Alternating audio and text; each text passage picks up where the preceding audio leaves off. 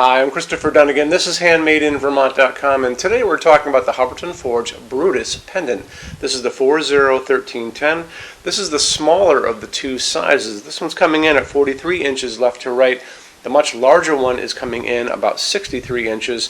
If you're on the fence about which one to get for yourself, a good thing to do would be to email me or call me with some details about your project, and I can help you decide on that. If you're not familiar with brutalism, and that's what Brutus is kind of a wink and a nod toward, brutalism is a movement, an aesthetic movement in the design field in architecture that dates back just a little bit after World War II.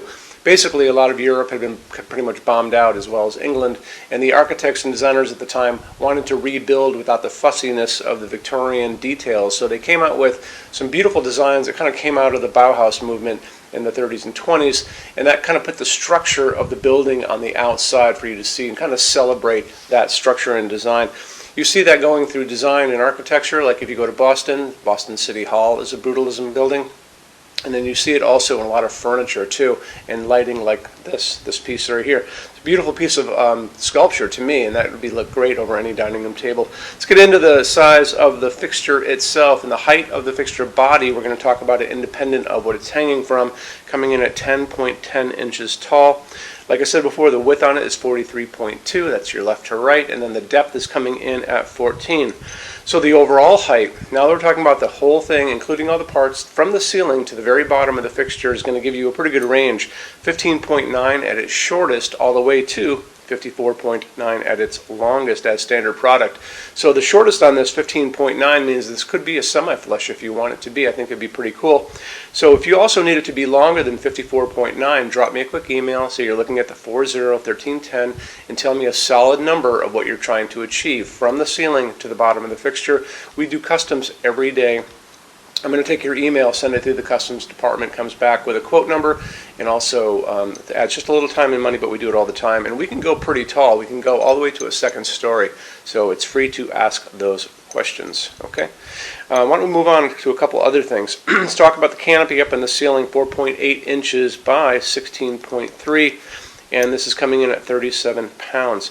So I want to show you more information about the canopy and how we put it together and all these kind of things. And we're going to look at the installations instructions pretty quick. So if you're on the page for this on Handmade in Vermont, look over on that side of the screen. Midway down, you're going to see a link. It's going to say click here for installations instructions PDF. So open it up for me. It's going to show you for a full parts list. It's going to show you how everything goes together.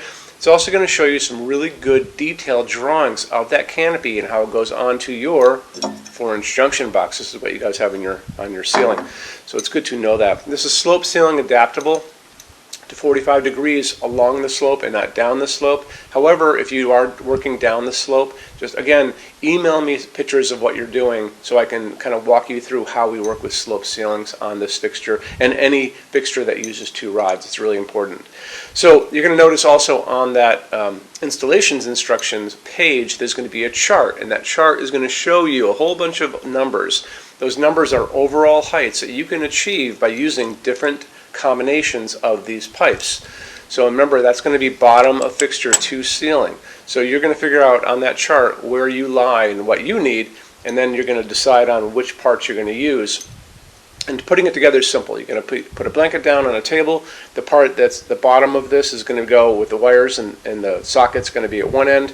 And you're going to put those little pieces down, and you're going to feed the wire through those parts one by one. So through a connector, through a pipe, through a connector, through a pipe, and then you're going to exit that canopy on the top. And they really just screw together. There's threading on the inside of both ends. You're going to get a bunch of these little connectors that are on, oops, there's one right here, one of these. You're going to be getting 6 of the 12-inch. You're going to get 2 of the 3-inch. Nope, that's a 3-inch. You're going to get 2 of the 6. And then they just screw together, like I said. So they go together super fast. And put you right there. Go back together like this. And it's like within like 5 minutes, you're going to have this whole thing done. And the seam on this is pretty much almost invisible. It's a really tight engineered piece. So Hubbardton does a beautiful job with that. Okay, let's move on to what you can get out of this as far as light goes. You've got 4 sockets in this, candelabra sockets, and they're going to be able to take up to 4 60-watt incandescent bulbs if you want to go with incandescents, but you don't have to. You can do LED, and that's what we like to use here. So the bulb on this, I would probably do, if I was doing an LED, You can do a 60 watt equivalent, but I've also seen those candelabra bulbs up to a 75 watt equivalent if I look around online a little bit. So you can get quite a bit of light out of this. We talk about the light from these LEDs all the time, those bulbs that you can buy out in the world. They're going to offer them to you in 2700 Kelvin. That's super yellow like the setting sun, which could be pretty on this if I'm going to use it over a dining room table, I think. If I'm going to use this in other applications like a semi-flush or maybe over a kitchen island, I want to get a lot of light out of it. And I want to get a lot of middle-of-the-road light as far as the color goes. So that's where I'd probably go for that 75 watt equivalent LED. And I would shy away from the bluish white light, which is called daylight, and that's 4,000, 5,000 Kelvin on the Kelvin scale. What we like to use in our showroom is warm white. Soft white, that's the light coming down on me from these LEDs above. So these are 3,000 Kelvin, that's what we like to use. It's also a dimmable fixture. Talk to your installer about that. Just make sure they know that you're going to be using a dimmable LED. Make sure that LED says dimmable right on that box. Let's get into metal finishes now. If you are on the HandmadeInVermont.com website, look over in the red tabs with the pictures in them over there. You're going to see a Finishes Help Guide tab. Open that up for me. It's going to be a video there of me talking to you guys about the differences in Hubbardton forged finishes, how they can look on different types of forging. I'm going to be referencing a chart just down below. So scroll down a little bit. You're going to see a chart. You can click on that chart. So you can click on dark smoke. You can click on soft gold. Doesn't matter. Big page will pop up showing you lots of different things in that finish. You can go back to the chart and you'll notice there's letters A's on them, letter B's on some of those things, and that's going to be showing you this range of variants that you can expect to see on different translucent finishes, but I'll talk about all of that in the video, okay?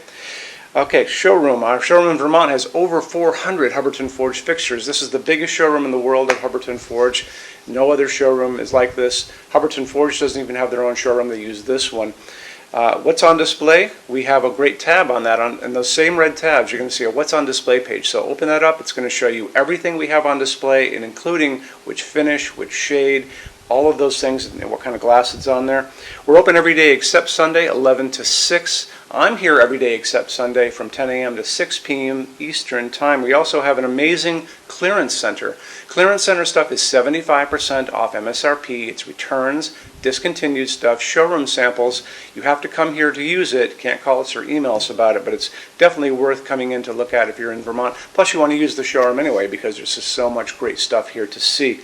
Our number in Vermont, 802-446-2400. You can email us 7 days a week, 24 hours a day. Love to answer emails, and it's sales@HandmadeInVermont.com.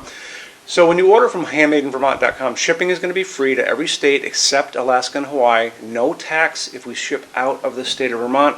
And we're the only dealer with 90-day returns, no restocking fee. Nobody else does that.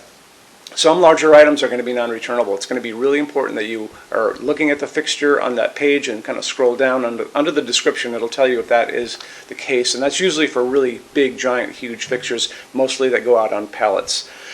Okay, that's it. Rush program. Let's talk about that. So rush program, Hubbardton Forge generally takes about 3 to 4 weeks to go out the door. That's production time before your transit time. You always have to add that on too. We offer a rush program that takes you from that 3 to 4 weeks down to a little under 2 weeks.